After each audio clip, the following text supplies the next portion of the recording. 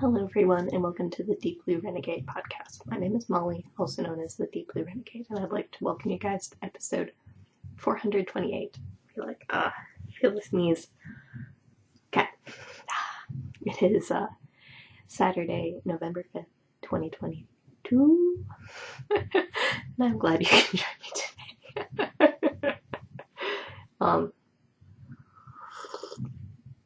I did some microphone rejiggering, so we'll see if that helps.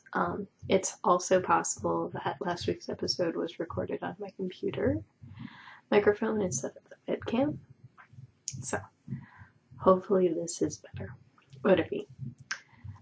With the computer microphone, you get interesting computer noises. With the webcam microphone, you get interesting focus noises. So, but I'm sure it'll be fun.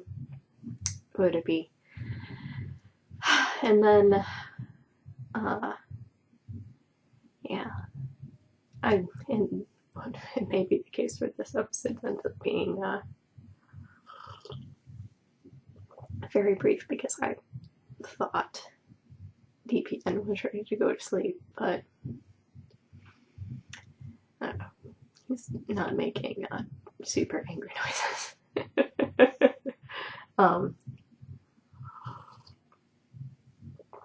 Like, this would be the third nap, so it's a little bit weird, but it is drizzly and gross, and nobody wants to leave. I really do need to leave because today is the very best day to get groceries so that I'll be ready for the next week, but whatever. Such is life. So I was supposed to be coming back from Vietnam today. I managed to make it to the airport ticket counter before Korea Airlines would not issue me a boarding pass because they did not think that my visa was adequate. So, while I did get my visa, I did not get to go. So, I will reschedule again for January when the in-laws are in town to help cover the Bambino, and all will be well. It would have been so nice to go, but would it be? What can you do? Not much in this case. Not much. But it was definitely, it was very stressful trying to figure out how to make all of that work. And then it didn't. So, as a result, I just had a pretty chill week at home. Still a couple of more things that I need to get ticked off my list, but whatever, we'll get it done eventually. And I believe we have actually some pretty good knitting progress to share, which is lovely. Invariably, I started a row, but did not finish the row because at this point the rows are pretty long. I have no clue how beastly this shawl is going to be. We are pretty close to the end of the row. So here is the story. This is out of Greenwood Fiberworks Llama Silk in the Denali colorway, and that's my background color. And then Hip Strings 2021 Advent Calendar. And I saw that they are getting assembled now, so that was very, very exciting. And did I need more fiber? It's like I was gonna sit down and do a little bit of spinning during the last nap, but we did not make it to actually getting the single through the orifice. So we did get a bump it on, so that's not terrible. So the dealio is that this was the Advent calendar spin along. Would it be base 12 spin along? It happens near Christmas, but is not. It's pretty secular in the grand scheme of things. And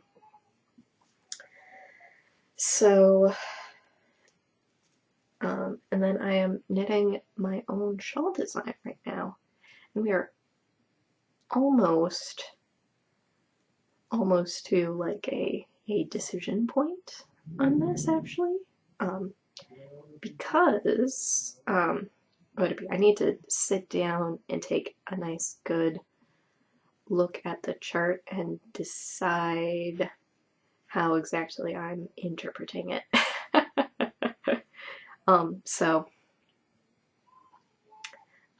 Would it be? So it'd be the case where I ended up selecting a pattern to continue on the knitting for this guy, which is a part of Nancy Marchand's Knitting Fresh Brioche book. So that was pretty cool. And I found a pattern that sort of echoed what I was seeing in sort of the second set of motifs in the shawl. But then what's got me pondering is what way I want to go. So if I was continuing to do the pattern, it would end up, I think, being like a pretty big repeat. Or it's the case where the pattern that I'm working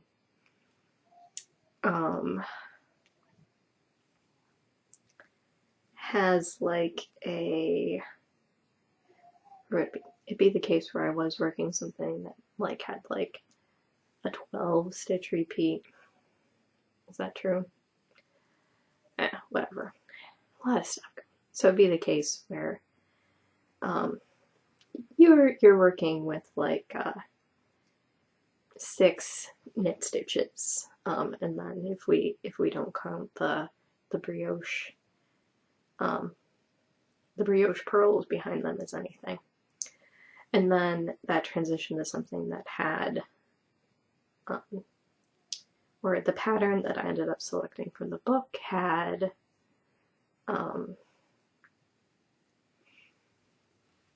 16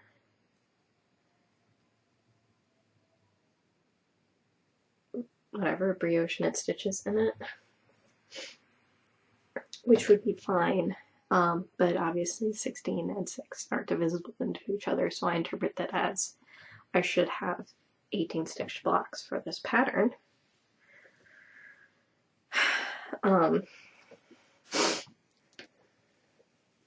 Which we can see in its full glory here of all those sort of weaving, sort of palmy fronds. And then we have transitioned to a single color brioche section, which still has some of that waving frond action on it, but not as dense. Let's see if we can't.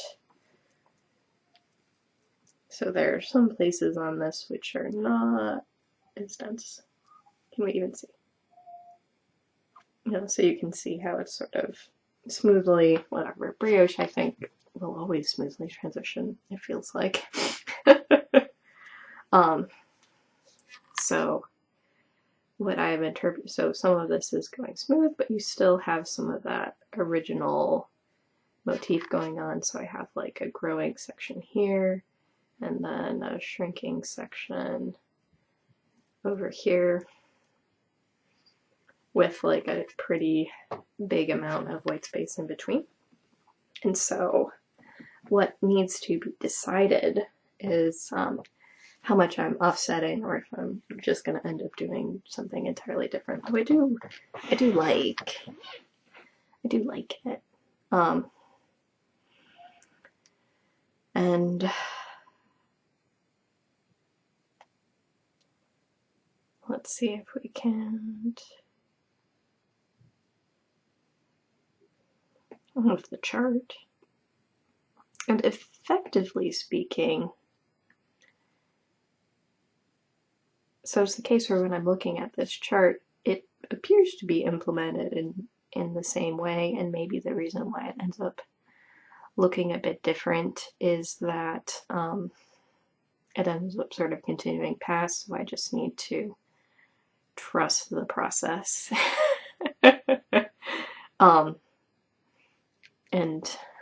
and keep on keeping on. And that part of, I think, what makes it look cool is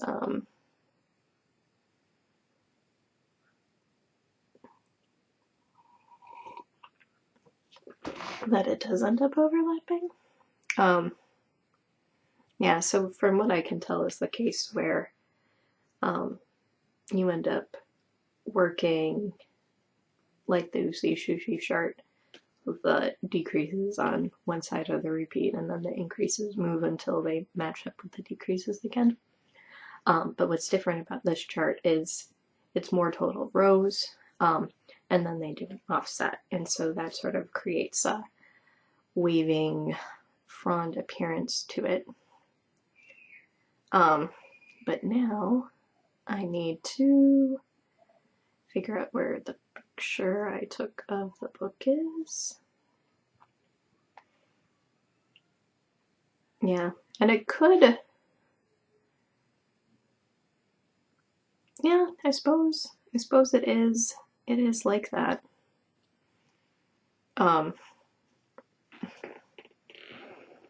So it still has a lot of, sorry, it still has a lot of the same elements. But it's obviously a much longer repeat, and it ends up sort of having that overlapping nature to it. Though maybe there isn't even enough yarn in order to do that.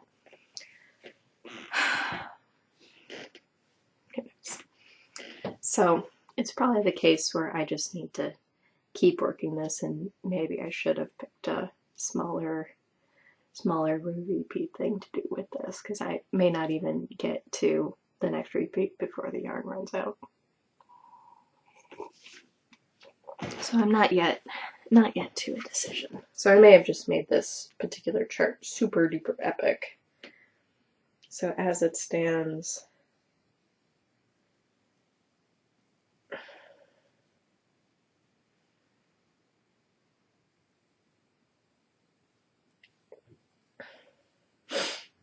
see, that does make me question what's going on here. So is the case where, yeah, this is making me wonder. So I took, yeah, I've done this different enough that I've done this different enough that I am a little bit concerned that I will not be able to execute this the way I thought I was. So I was inspired by this chart. So here, whatever. It's probably the case where we're talking about all sorts of shenanigans in which, what would it be? My knitting math is like incorrect. So the part that I'm transitioning from has 12 total stitches. I'm going into a chart that has 16 total stitches. I set this up so that there are now 36 total stitches, which now means, like, this doesn't make any sense to me at all right now. And the right course of action actually appears right now is that if I wanted to change the chart, or if I wanted to transition neatly into this, I needed to do 2 repeats, and that would have, I think, worked a lot. That would have worked a lot better. as I'm looking at what went down.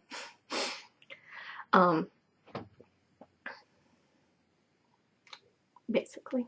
So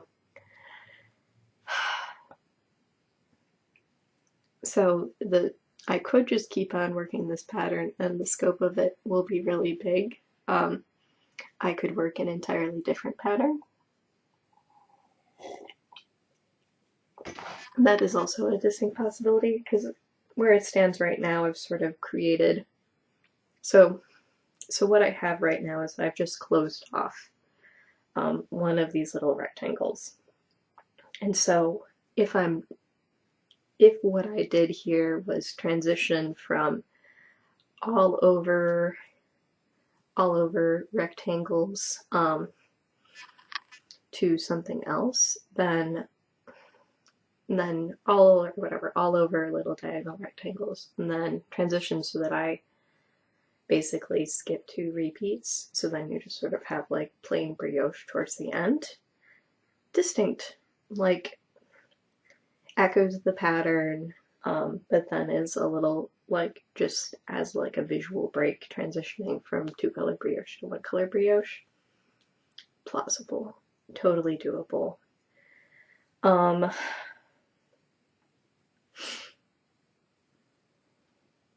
So now I'm just thinking hard. So then it can be the case where I can work this chart in the vicinity of the marker, and then after this row, then I change directions on it basically, and so swap where the increases and decreases are, and then there's just a big plain brioche section in between these blocks. Totally doable, totally valid. Options. So we'll have to figure something out. I will have to decide what it is that I want to do. Because yeah, no, I totally miscalculated that. So effectively speaking, yeah, it's so. The other thing that went down was that I actually did more of a deep dive into how the Scheherazade chart is working, and let me tell you, the stitch count does increase in the border chart. The stitch count does not stay the same in the border chart. The pattern repeat slowly increases. So it'd be the case where there's a 6-stitch repeat that I'm working with now that grows to like a 10-stitch repeat and then a 16-stitch repeat, which means my yarn calculations were pretty far off. My yarn calculations aren't entirely right, but I think I understand the logic of the chart now. And then that can feed back into how many beads I need to buy. But it's also feeding into I need to sit down and recalculate how much yarn I'm going to use, because I now have a underestimate of how much yarn is used in the rest of the chart, which then means I don't know if I have overshot using the yarn that I have. Cannot get more. Well, I might be able to buy more, but I won't be able to like dye it in the same way, so like the spreadsheet does not lie. I am wildly off. And I have not sat down again to think about how Rhoda I figured out something in the ballpark, but I know even that isn't quite right, and I would like for it to be right. So that is the story there. It's going to take a lot more work in order to figure out what's going on. But it is the case where what I do have right now is I have it to the point where I'm like, okay, follow the chart as written, I would have this many repeats of the pattern plus a half. Basically, there's something interesting that happens in the transition, and so then this, you sort of knit over the center, and then after you knit over the center, what ends up happening is you have sort of a half repeat that's on the back, around the far side of the shawl, which is why the chart was sort of asymmetric. And now that I've sat with that, that makes decent sense. So that means that after I get past the transition charts, then I have and a half, or once I'm in the transition charts, I have and a half repeat, basically.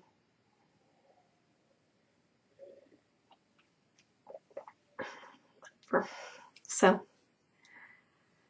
that will take a little bit more time, care, and attention there, but like, would it be? But we've got a bobbin on a wheel, and this bobbin definitely has some fiber on it.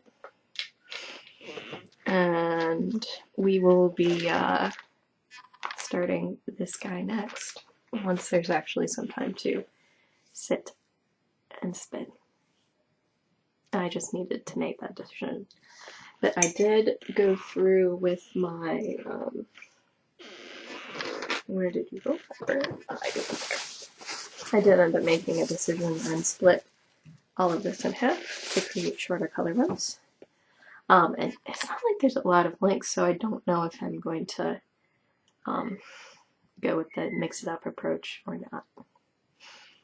I don't know whether or not I'm going to do thirds, fourths, and fifths, because I don't know. It could be interesting, but it didn't seem like there was tremendously long lengths of fiber when I ended up doing it that way. So hopefully it is appropriately mixed up and like continues on. But would it be no new yarn or books or fiber stuff has entered my life, and it will stay that way until my hip strength advent calendar arrives, and hopefully I will be done knitting my project with last year's advent calendar before the new one arrives. And then it is the case where I think I just need to make a choice on if I want to start this. So this is the yarn I ended up grabbing in a hurry because it didn't seem like I had enough knitting with me for my trip. And so this is the merino silk and merino camel that was part of the fiber tasting sampler, and then I have my special Kiviot camel silk thread plied with silk yarn, which is like a little bit crazy, but could be festive. So I might, would it be? I might need to wind it. We'll see how things go. I'm also contemplating changing my the bandana cowl I just finished. And the head opening is too big and it lays sort of weird.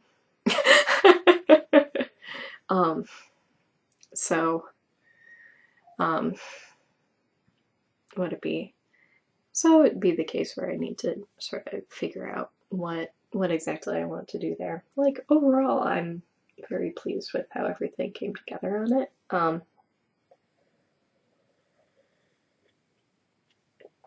But I'm thinking it will work a little bit better that way, and that was only something that I was gonna find out after whatever, fiddling it with a little bit. Like, it basically just has like this little bit that sticks out funny. So if I close it off here, which is a pretty decent amount of the shawl, then I think it would, whatever, then it's actually like the size of my head. What's unclear is if it will lay better at that point, because like there's just like the nature of this fabric is that it almost wants to like peek up a little bit. So like you can zhuzh it flat, but it seems like the opening is a little bit big. So if it was like, though I don't know if it would be any better the other way too. But as it stands, I don't know. It may just be the case where I just have to, like there's definitely, like I don't know if it will be better if there's a little bit less extra fabric and I could actually wear it like this. But it's maybe not quite right as like a small poncho. So we shall figure it out. But that is all the news fit to dish this week. I still need to wash my dirty merino.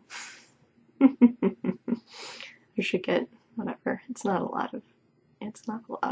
It just needs to get done. With a little boiling water and Dawn, I think we will be fine. So, yeah. So that's the story there. I hope you guys have a lovely week, and I look forward to talking to you guys soon. So, take care, guys. Bye-bye.